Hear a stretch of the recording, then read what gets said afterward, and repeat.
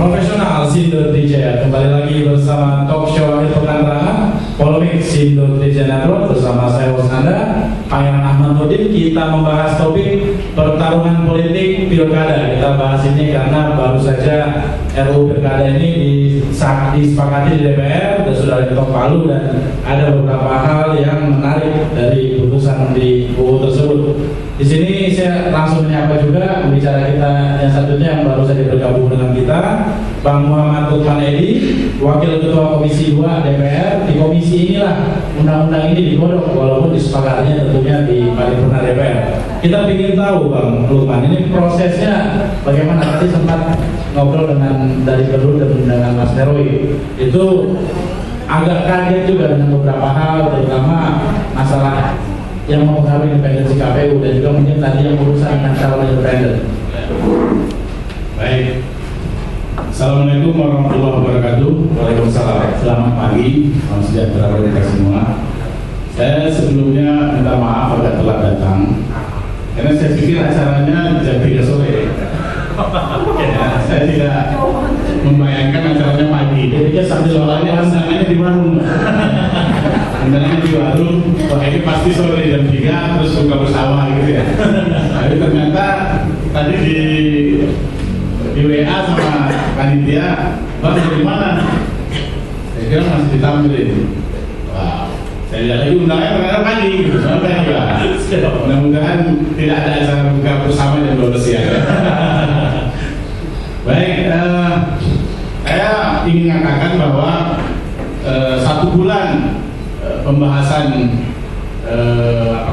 RUU ini, inisiatif dari pemerintah untuk melakukan perubahan yang kedua, itu lancar-lancar saja, ya, lancar-lancar saja, tidak ada yang menimbulkan perdebatan sangat panjang sehingga deadlock. Itu tidak ada sama sekali. Satu pasal pun tidak ada yang deadlock.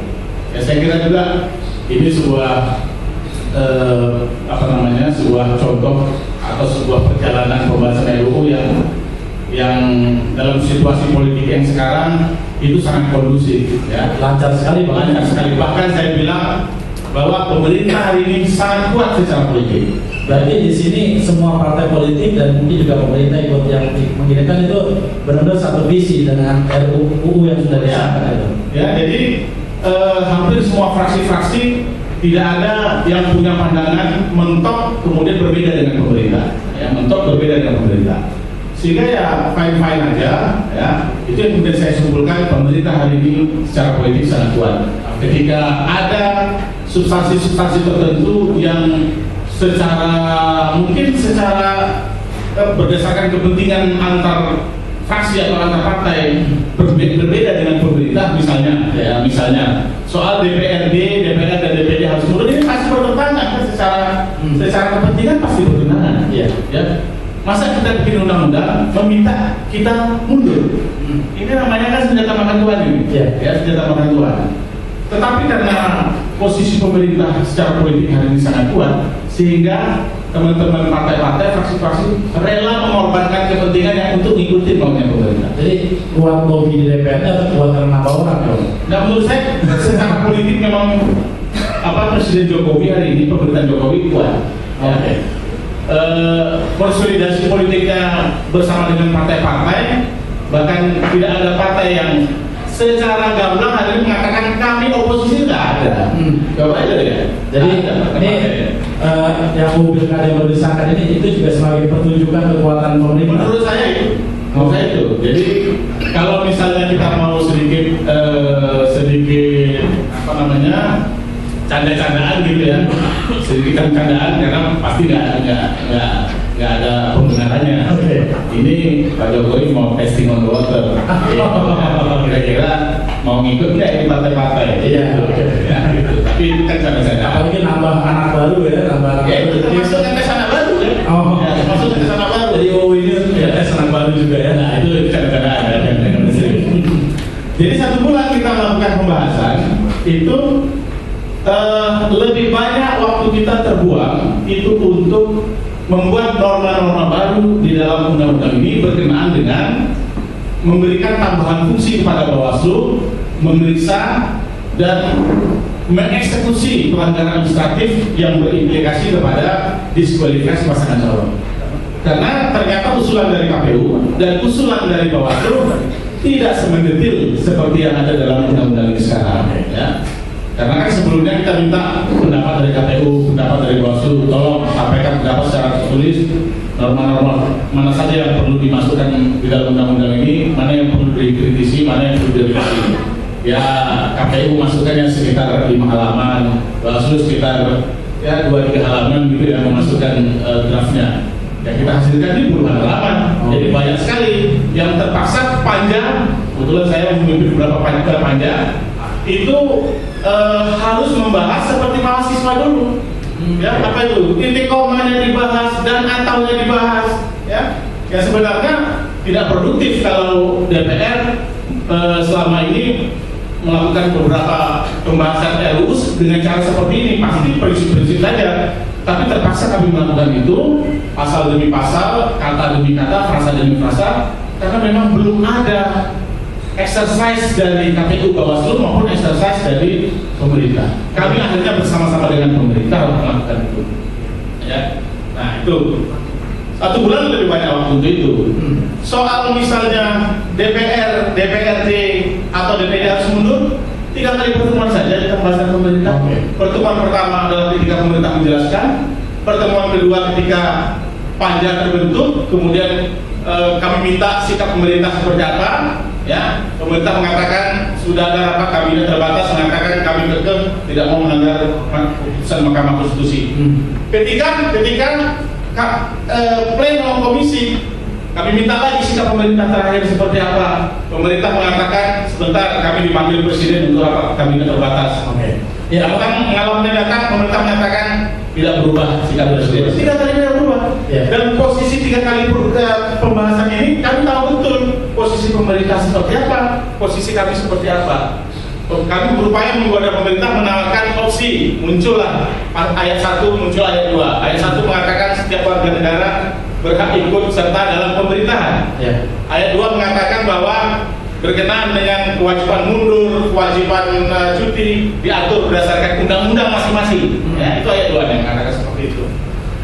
Ya, itu tawaran kita kepada pemerintah. Tapi kemudian kata pemerintah mengatakan kekeh sikapnya, ya sudah selesai, kami ketok palu. Semua fraksi ditanya, semuanya ikut pemerintah. Ini dalam hal yang sekarang jadi polemik, masalah independensi KPU dan juga urusan masalah calon perseorangan. Soal independensi KPU sudah clear semenjak awal. Itu bukan yang muncul di saya klarifikasi. Memang draft ini tidak muncul di inisiatif pemerintah. Itu benar. Tetapi ketika pemerintah mengekspos di depan kami tentang undang-undang inisiatif ini, RUU inisiatif di depan Komisi 2, kan ada tanggapan. Ya, jadi pertemuan pertama itu kan rapat kerja namanya, menteri yang harus hadir. Ya, menteri yang harus hadir rapat kerja itu tak boleh diwakili oleh dirjen. Menteri yang hadir. Ketika itu menteri menyampaikan draft secara keseluruhan seperti ini. Nah, masih diberi kesempatan untuk teman-teman Komisi 2 ini memberikan pertanyaan terhadap presentasi sang menteri. Hampir semua mengatakan perlu dilakukan perbaikan soal hubungan komunikasi antara penyelenggara pemilu dan pemerintah dan Komisi 2. Ya, perlu perbaikannya saya kira seperti apa? Pilkada yang lalu kami menemukan di mana KPU tidak mengindahkan hasil rapat-rapat yang ada bersama dengan Komisi 2 dan pemerintah. Makanya kemudian kita harus cari solusi perubahan norma ini supaya KPU dalam menerjemahkan posisi independennya itu tidak semena-mena, tidak semena-mena, ya.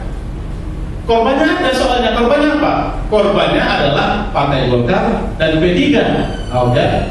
Anda tahu apa yang menyebabkan ketika itu saya bilang korbannya Partai Golkar dan Partai P3, ya. Itu teman-teman Komisi 2 itu sampai mengancam soal APBN-nya KPU gara-gara nggak ketemu ini, rapat nggak ketemu. KPU-nya ngotot, kami berdasarkan tafsir kami begini. Ya terserah, kalau rapat ini menghasilkan tafsir yang lain, kami tetap kekeh dengan pendapat kami. Nah akhirnya teman-teman dari Golkar, teman-teman dari P3 menyandra pembahasan APBN, ya APBN KPU sampai detik terakhir. KPU itu diketok palu APBN-nya tahun 2016 ini kemarin itu detik terakhir sebelum diserahkan ke Ya. Jadi memang kita kan tidak mau mengulangi seperti ini. Pertarungan antara DPR dan KPU sempat tajam sekali ya karena sempat tajam gara-gara itu. Nah, oleh sebab itu harus ada solusi. Solusinya apa? Kita lakukan perbaikan tentang pasal ini, ya.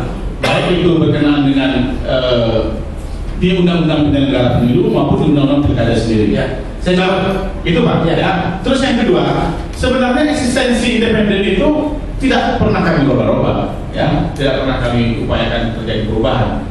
Rapat konsultasi di dalam rapat kerja Komisi 2 bersama dengan pemerintah dan KPU. Artinya rapat konsultasi itu KPU menyumbangkan 30% perannya, pemerintah menyumbangkan 30% perannya, Komisi 2 menyumbangkan 30% perannya. Dan kesimpulan rapat tidak akan bisa didapat kalau salah satu dari tripartit ini tidak setuju terhadap keputusan rapat. Jadi dia semua setuju untuk urusan itu Pak. Saya coba bukan maunya Komisi 2 ya, tapi maunya rapat bersama itu. Maunya Komisi 2, KPU dan juga pemerintah. Saya ke Mbak Leli. Mbak Leli ini ternyata konstelasinya di dalam itu seperti itu Mbak. Ini juga hasil dari sempat tajamnya komunikasi antara KPU dan DPR, sehingga hasilnya mungkin ini untuk menjaga biar KPU dan tajam lagi ke DPR. Kalau Mbak Leli itu seperti apa? Ya, sebenarnya kalau kita melihat berapa kali terjadi perubahan undang-undang termasuk amandemen Undang-Undang Dasar 45, itu sebenarnya kenapa berubah undang partai politik juga. Ini sebenarnya bukan undang-undang pilkada ya, namanya undang-undang pemilihan gubernur, bupati dan wali kota. Cuma kita saja yang menamakannya undang-undang pilkada. Iya, panjangan ngomongnya. Tapi di dalam istilah undang-undangnya nggak ada undang-undang pilkada seperti itu. Itu ada 3 hal yang saya lihat. Pertama, itu adanya pesan sponsor. Pesan sponsor. Ya, pesan sponsor. Siapa sponsornya? Sponsor itu ya bisa elit politik, elit di partai politik, dan juga di eksekutif. Teridentifikasi nggak sponsor? Itu teridentifikasi dengan Pak Buman barusan ngomong. Jadi mereka mempertemukannya itu dalam kepentingan yang sama, seolah seperti itu. Tapi mungkin KPU jadi kebanggaan jenggot karena menurut mereka kepentingan KPU tidak terakomodasi gitu. Seolah-olah hak KPU itu terdegradasikan gitu. Itu yang pertama. Tiga poin ya, Mas Pangeran. Lalu yang kedua, sebenarnya kita itu belum matang. Yang pertama pesan sponsor, yang kedua belum matang. Sehingga perubahan apapun yang kita lakukan pada ujung-ujungnya akhirnya berakhir dengan perasaan. Ya, padahal membuat undang-undang itu tidak boleh berdasarkan perasaan. Jadi karena berdasarkan perasaan, subjektivitas itu muncul baik oleh sponsor, oleh kepentingan sponsor, elit maupun eksekutif tadi. Nah, ketika berakhir dengan perasaan itu adalah kalimat, pada akhirnya akan muncul kalimat, kok tidak sesuai dengan perkembangan zaman, kok tidak sesuai dengan kepentingan kami, kok tidak sesuai dengan kepentingan elit, dan tidak sesuai dengan kepentingan calon. Kalau tadi yang dipermasalahkan calon independen dan KPU. Jadi ada 2 yang saya lihat dalam hal ini di undang-undang ini yang terkait langsung dengan kepentingan yang tidak terakomodasi. Nah, tapi pengakuan Bang Lukman tadi menunjukkan betapa posisi tawar pemerintah itu ternyata cukup tinggi. Gitu ya, Bang Lukman ya. Bahkan jadi dari istilah Bang. Iya, dan sebenarnya itu memperlihatkan posisi tawar pemerintah itu cukup tinggi. Tapi marilah kita berbicara lagi karena ini terkait dengan calon independen nantinya, dan judul polemik ini pun luar biasa loh, pertarungan gitu. Jadi masing-masing pihak yang mengeluarkan undang-undang ini harus bertarung untuk menjustifikasi bahwa alasan mereka lah yang benar. Para pengamat, para analis, para pakar itu juga harus bertarung untuk menyatakan analisis mana yang paling benar sebenarnya. Jadi benarkah teman-teman Korporat juga nanti dari itu juga menyatakan benarkah semua informasi yang disampaikan itu pada akhirnya memang menyasar pada kepentingan semua pihak? Karena termasuk ketika undang-undang itu diundangkan.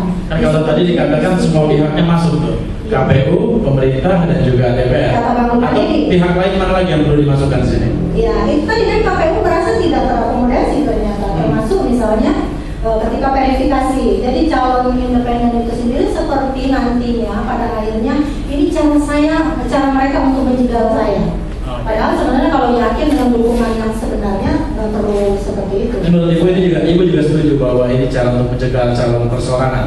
Saya tidak melihat ke arah sana ya, tapi persepsi semacam itu ada, bahkan di para pengamat pun juga ada.